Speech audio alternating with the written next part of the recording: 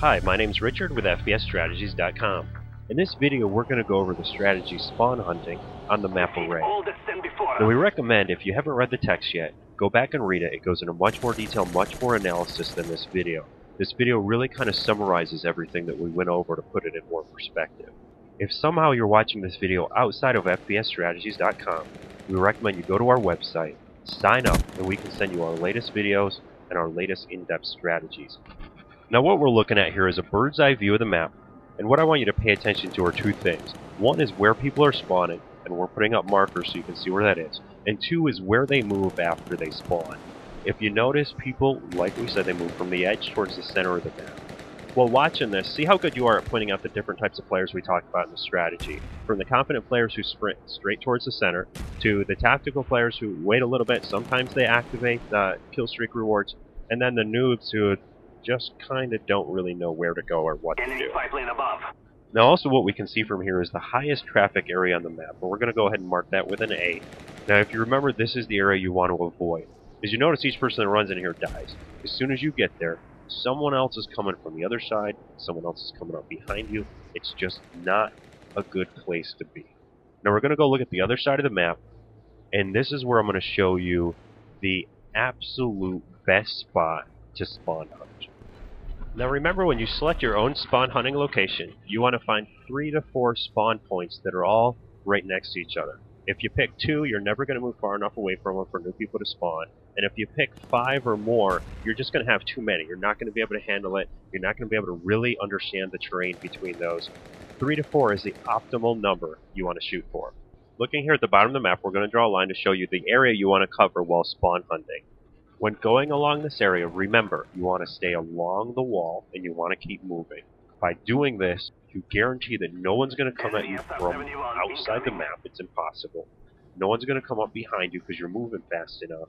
And no one's going to come from the center towards you at the edge, because people just don't do that. It doesn't feel natural for them. They don't feel like it's a good strategy, that it's going to work for them. People move from the edge to the center and they stay there till they die.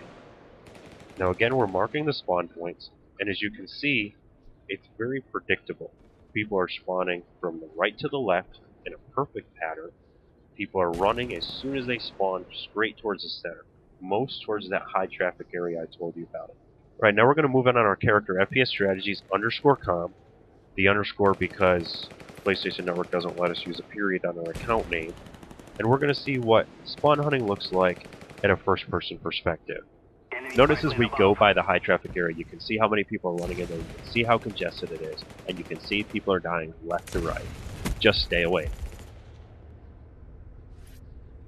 Apologize for the camera work here. I realize I'm not going to win an award right here for best camera work. This is pretty awful. Here we are moving in on the character. We're approaching the stairs now. This is where the first kill is going to start in this spawn hunting range. We put a kill streak counter down in the corner just to really show you the effectiveness of spawn hunting. Now here it is, the first one. This is beautiful. This guy's moving from the edge to the center. Doesn't see us. We take him from the side. Never saw it coming. We have the radar up now, so we can sort of see where people are spawning from. This guy spawned over on the other side of the water tower. We don't get to him in time, but we get the guy who he distracts. Immediately, we move back to the edge of the map. We don't want to stay in the center. People are going to get us there. Here again at the edge, and we're safe. Remember, it's important to really learn the terrain in the area you're spawn hunting. This is going to give you an advantage over the players. It's going to help you know where to look to find them.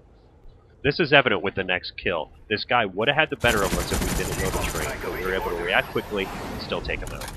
This kill right here is what spawn hunting looks like at its best. Now remember, one of the biggest benefits of spawn hunting is you're fighting the people who just lost a match. So with these noobs that you can see coming at me now, these people shoot at me first, but it's okay. I still managed to get away, come back around, and then take them out. Here's where you'll catch me in the first mistake. I got caught up in the kill streak, I wasn't watching ammo levels, and here I am stuck trying to take this guy out with a crossbow. I miss him twice, but through a bout of luck, I still managed to get around and get him with the melee. This is why it's beneficial to be well-rounded with several weapons. You never know when you're going to run out of ammo, and you need to pick up someone else's weapon and make it work for you. What you may notice happening here is there's a few players I've killed a few times. They're catching on and they're mad. They're coming after me looking for blood. What these players don't know is I only have to focus on what's happening right in front of me, making me that much harder to kill. Now, you usually don't want to go down in this area, but I want to show you the limitations. This area here, you don't want to go there, it's high traffic. This other area over here, people who are spawning are going to come running right down into you. You want to stay away from there also. Now let's talk more about really understanding the terrain between the spawn points you're covering. Did you notice here, this guy's not able to come up on me. You know, I'm looking at the two access points, I'm quickly looking around. I sprint when I'm in the open, and I slow down and take a breath when I'm behind something. For example, here behind the water towers, slow down for a little bit, cautiously come around to see if anyone's spawning over in this area. You know, my back is covered now because I'm around the water tower enough, and then I go back and cover the area again. Now, this only happens with practice.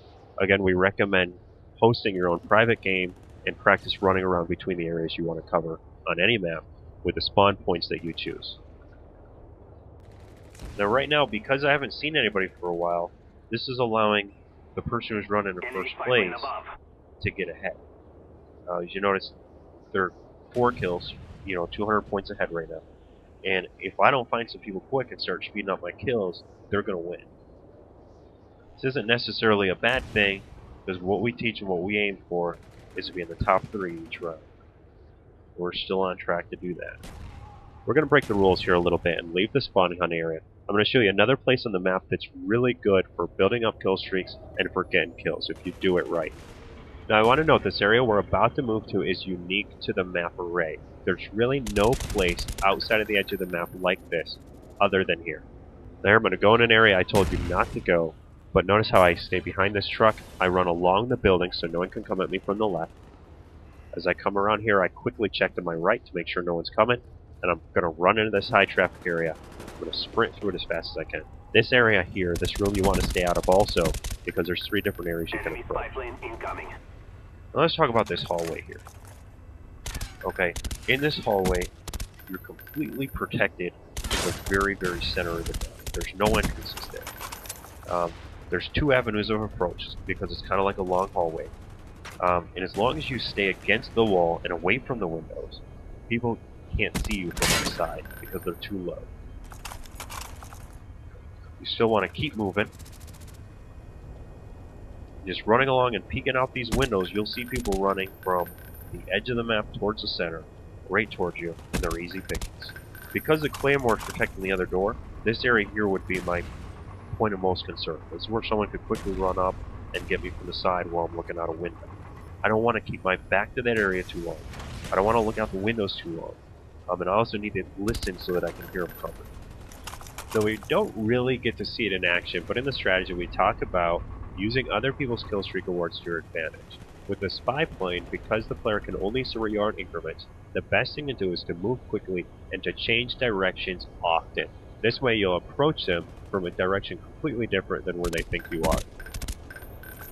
Defeating the RCXD is all about listening to where it is, avoiding it, and then when you have the opportunity, going the opposite direction and take the person out that's using it. Now we have one that's about to come up. I'm going to go silent, listen to where it is, and look at the visual cues.